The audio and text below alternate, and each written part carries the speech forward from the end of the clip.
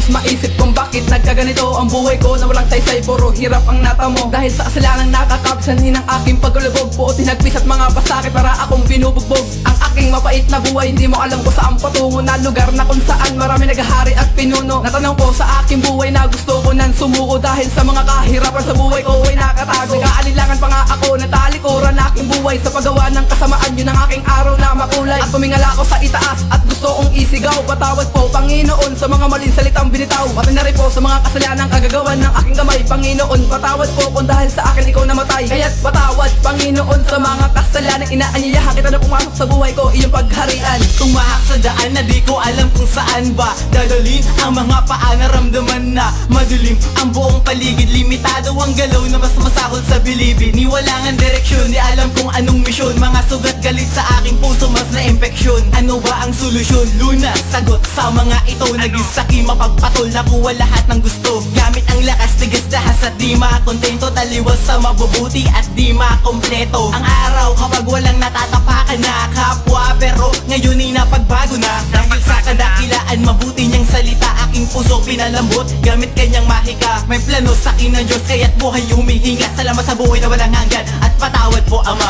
Tinatawag mo kasalanan ko, ang buhay ko sa'yo ilalaan. Muli mo na pagbago ang buhay ko, napuna ng pagkukulang ko. At ngayon ang pag-ibig mo ay di maaawat. Ako ngayon tinawag mong anak, salamat sa pag-ibig mo.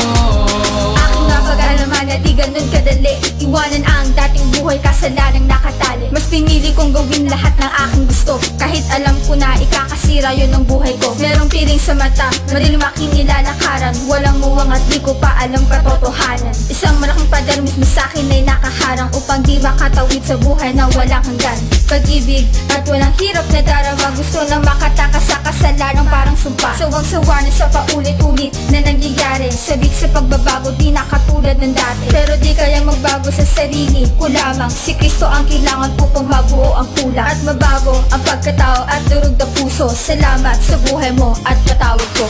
Ikaw ang nagdala sa akin sa kabutihan, pinakita mo sa akin ang lahat ng kamalian. Nabulag ng kasalanan at sinakot ng kadiliman, na ang buhay dati para bang walang katapusan. At sa lahat ng aking kasalanan, Diyos Ama, hindi mo ko iniwan, minsan di mo binabayaan. At tinuruan mo kong magmahal sa aking magulang, sa aking tatay at nanay, tinuruan mong gumalang. Dakila ka Ama at wala nang ang iba, buhay ko ilalaan para sa'yo'y sumamba. Dahil ikaw ang nagbigay sa akin ng panibagong buhay. Sa buhay kong ito, ikaw ang umaalalay. Kung hindi dahil sa'yo, paano na ang buhay ko? Ang dating magulo na ngayon'y binago mo, at handang itaya sarili para lang sa'yo, sapagkat sa'yo lang umiikot ang mundo ko. Pinatawad mo kasalanan ko, ang buhay ko sa'yo ilalaan. Muli mo na pagbago ang buhay ko, napuna ng pagkukulang ko. At ngayon ang pag-ibig mo ay di maaawat. Ako ngayon tinawag mong anak, salamat sa pag-ibig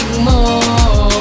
Hindi ko lubos maisip na marami na palang kasalanan nagawa, naglalabasan ng iblang kabutihan na dati sa'kin na buong pinagkaloob. Ginustong gawin na mali kahit alam na lulubog. Lubog sa mga bisyong aking nang nakasanayan, walang pakialam kahit sabing masamayan. Pagsabayan sa halang, tuso at mamahugulang, di ko alam kung paano kukunan ang pagkukulang. Pinilit kong tumakas, umiwas sa mga ahas, ngunit sadyang malakas ang tentasyon, parang nakaposas. Dun ko lang nalaman, di ko kayang kalabanin ang lahat ng tentasyon kung wala si Kristo sa'kin. Ang piring ko sa mata, siya mismo ang nag-alis. Dati ay di ko batid na ikaw ang nagtiis, para sa sanlibutan at kasalanang winali. Salamat sa buhay na walang gan, ngayong marunong magtiis. Isang mali katumbasan ng maraming kapalpakan, mga kabalbalan nais ng iba o nagkalimutan. Animoy, isang bangungot ang nararanasan kadalasan, konsensya pa aking kinakalaban. Ang pagkatao ko'y natahak, ang maling daan, nabulag sa katotohanan, namulat sa kamalian. Kaya humihingi ako ng kapatawaran, mga mali kong nagawa ay handa ko ng talikuran. At patuloy ang paglakad sa daan na matuwid, at ibahagi sa iba ang nais niyang ihatid. Kaya tayo ay mamuhay na may ngiti sa ating mukha, pasalamatan ng Panginoon na siyang lumikha. Dahil siya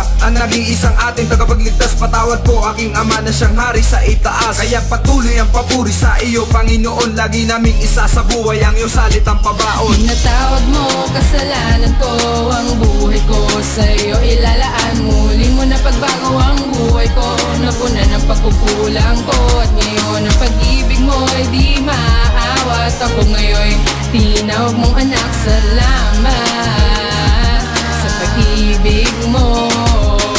Natawag mo, kasalanan ko, ang buhay ko sa'yo ilalaan. Muli mo na pagbago ang